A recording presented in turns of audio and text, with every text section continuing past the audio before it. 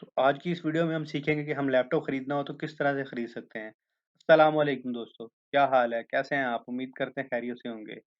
तो दोस्तों आइए स्टार्ट करते हैं आज की इस वीडियो बिना टाइम ज़ाया किए। लेकिन वीडियो स्टार्ट करने से पहले आपसे एक रिक्वेस्ट है कि हमारे इस चैनल को सब्सक्राइब करना मत भूलिएगा और लाइक और शेयर करना मत भूलिएगा। दोस्तों आइए स्टार्ट करते हैं आज की इस वीडियो को। तो दोस्तों लैपटॉप आजकल हमारी सबकी बहुत ही इम्पोर्टेंट नीड है और सही लैपटॉप को लेना और स्पेसिफिकेशंस और अपनी नीड के अकॉर्डिंग लेना एक एक बहुत बड़ा आर्ट होता है। तो दोस्तों आइए हम इसमें आपकी हेल्प करते हैं, कुछ टिप्स हम शेयर करेंगे आपके साथ। अगर आपके साथ कोई टिप्स हो, आपके पास टिप्स हो तो आप हमारे साथ कमेंट बॉक्स के अंदर शेयर करना मत भूलिएगा। तो दोस्तों आइए स्टार्ट करते हैं आज की इस वीडियो को। तो दोस्तों सबसे पहले लैपटॉप खरीदना एक इम्पोर्टेंट चीज़ है, तो किसी भी इम्पोर्टेंट टास्क को कंप्लीट करने के लिए उसको प्लान करते हैं। हम प्लान को पार्ट्स में और स्टेप्स के अंदर डिवाइड करते हैं। इसी तरह ही हमने लैपटॉप खरीदने के प्रोसेस को एक स्टेप के अंदर पार्ट्स के अंदर डिवाइड किया, जिसको हम चेकलिस्ट बोलते हैं। तो चेकलिस्ट एक बड़ा वाइटल रोल प्ले करती है। आपको चेकलिस्ट हेल्प करती है कि आपको क्या चीज़ खरीदनी है एक्चुअल में, और उसके अंदर क्या है कि स्पेसिफिकेशंस होनी चाहिए। आपको चेकलिस्ट हेल्प करेगी कि आप क्या चीज़ रन करना चाह रहे हैं, आप किस पर्पज़ के लिए ले रहे हैं। तो वो बड़े एक इम्पोर्टेंट चीज़ है। तो दोस्तों आइए चेकलिस्ट को देखते हैं। मैंने अपने नोटपैड के अंदर चेकलिस्ट बना ली है। मैं आपके साथ डिस्क्रिप्शन के अंदर भी शेयर कर दूँगा, आप वीडियो के डिस्क्रिप्शन से देख सकते हैं। तो आइए दोस्तों देखते हैं। दोस्तों चेकलिस्ट के अंदर सबसे पहली चीज़ हमारे पास होती है बजट। बजट, हम इकोनॉमिकल लोग हैं, पाकिस्तान के अंदर रहते हैं, तो हम चाहते हैं कि हम अपने बजट के अंदर रह के काम करें। तो दोस्तों बजट एक बड़ा इंपॉर्टेंट चीज़ है, आप किस पर्पज़ के लिए लैपटॉप लेना चाह रहे हैं, बड़ी मीनिंगफुल चीज़ है।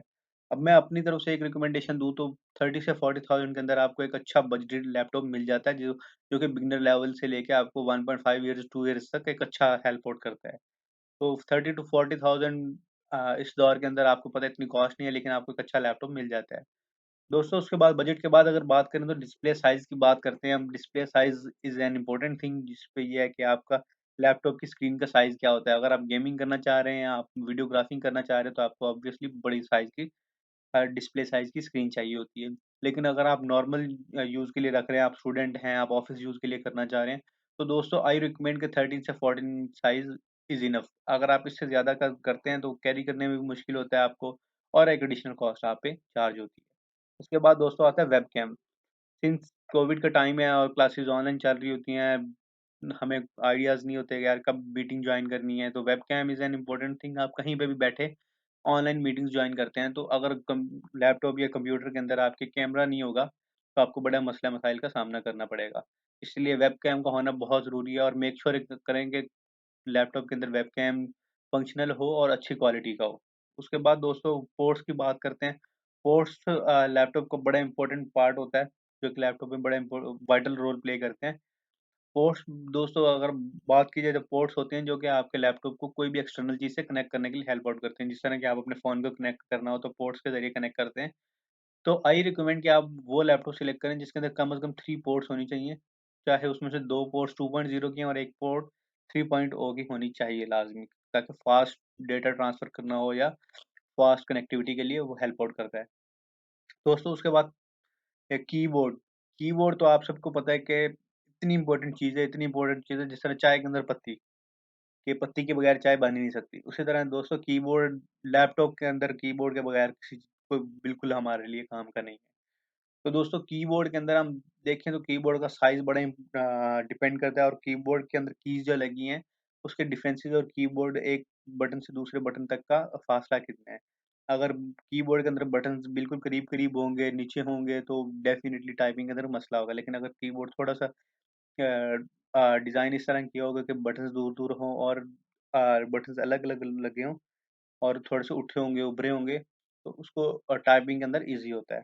उसके बाद दोस्तों बात करें तो बैटरी, क्योंकि आपको पता है कि हम लैपटॉप कैरी करना चाहते हैं, हम चाह रहे हैं कि हम ट्रैवल करते हुए, हम इधर से उधर जाते हुए हमारे लैपटॉप के हम यूज़ कर सकें। तो बैटरी एक बड़ा इम्पोर्टेंट फंक्शन होता है लैपटॉप किसी भी का, और सबसे ज़्यादा हमें लैपटॉप परचेज़ करते हुए सबसे ज़्यादा जो थ्रेट होता है वो बैटरी का ही होता है, कि मोस्टली लैपटॉप्स की बैटरी अच्छी नहीं होती। तो दोस्तों मैंने अपने शुरू की वीडियोज़ के अंदर डाल दिया है कि लैपटॉप की बैटरी कैसे चेक करते हैं। आप किसी भी लैपटॉप की बैटरी चेक करनी हो, तो सही है या नहीं, उसकी अपनी बैटरी है या बाद में बैटरी चेंज करवाई है, बैटरी कब परचेज़ की गई थी, बैटरी की टाइमिंग्स कितनी है, तो सारी डिटेल्स मैंने उसमें डाल दी थी। आप सारी डिटेल्स को भी गो थ्रू कर सकते हैं। उसके बाद दोस्तों आता है एसएसडी। दोस्तों एसएसडी के इससे पहले थी एचएसडी एचडीडी। एचडीडी के अंदर क्या होता है, वो हार्ड ड्राइव होती है जिसके अंदर डेटा एक जगह से दूसरी जगह ट्रांसफर होने में टाइम लेता था। लेकिन अभी एसएसडी आ गई है जो कि सुपर फास्ट होती हैं। सैमसंग कंपनी इसको बना रही है और डिफरेंट ब्रांड्स हैं जो कि एसएसडी डिज़ाइन करती हैं। तो दोस्तों कम से कम आपके लैपटॉप के अंदर 256 जीबी की एसएसडी होनी चाहिए। आप इसको हार्ड ड्राइव के जगह पे भी यूज़ कर सकते हैं एसएसडी को, और ये सुपर फास्ट होती है और हार्ड ड्राइव से ज़्यादा कहीं अच्छे हमें रिजल्ट्स मिलते हैं। उसके बाद दोस्तों प्रोसेसर की बात करें तो अगर आप चीप प्राइसेज़ के अंदर लेना चाह रहे हैं, बिगिनर लेवल पे प्रोसेसर यूज़ करना चाह रहे हैं, तो आपको राइज़न का प्रोसेसर भी अच्छा मिल जाता है। अदरवाइज़ इंटेल के प्रोसेसर जो होते हैं वो क्वालिटी वाइज़ वो अच्छे होते हैं, लेकिन इंटेल वाले कॉस्टली थोड़े से होते हैं। तो अगर आप बिगिनर लेवल पे हैं, अभी आप अर्निंग स्टार्ट करना चाहते हैं या अपना काम स्टार्ट करना चाहते हैं, तो राइज़न के भी अच्छे हैं। राइज़न ने बहुत अपने एनवीडिया वालों ने चेंजेज़ किए हैं। तो इंशाल्लाह आपको अच्छे रिज़ल्ट्स मिलेंगे राइज़न से भी। लेकिन इंटेल तो फिर कमाल है, लेकिन इंटेल बिट कॉस्टली, तो डिपेंड्स ऑन योर बजट कि आप कौन-सा लेना चाहेंगे। उसके बाद दोस्तों रैम की बात करें तो मिनिमम 8 जीबी की रैम होनी चाहिए। रैम आपके लैपटॉप को, आपके कंप्यूटर को सुपर फास्ट बनाती है।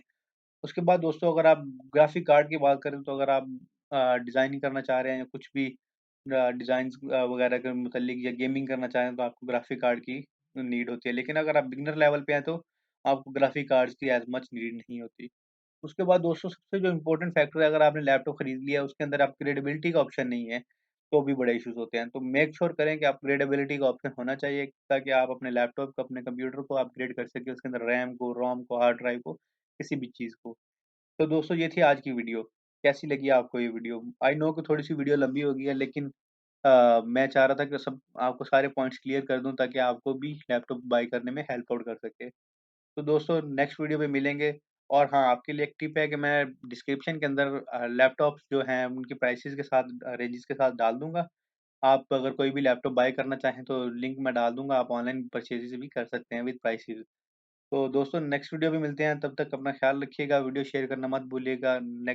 फिर मिलेंगे, खुदा हाफ़िज़।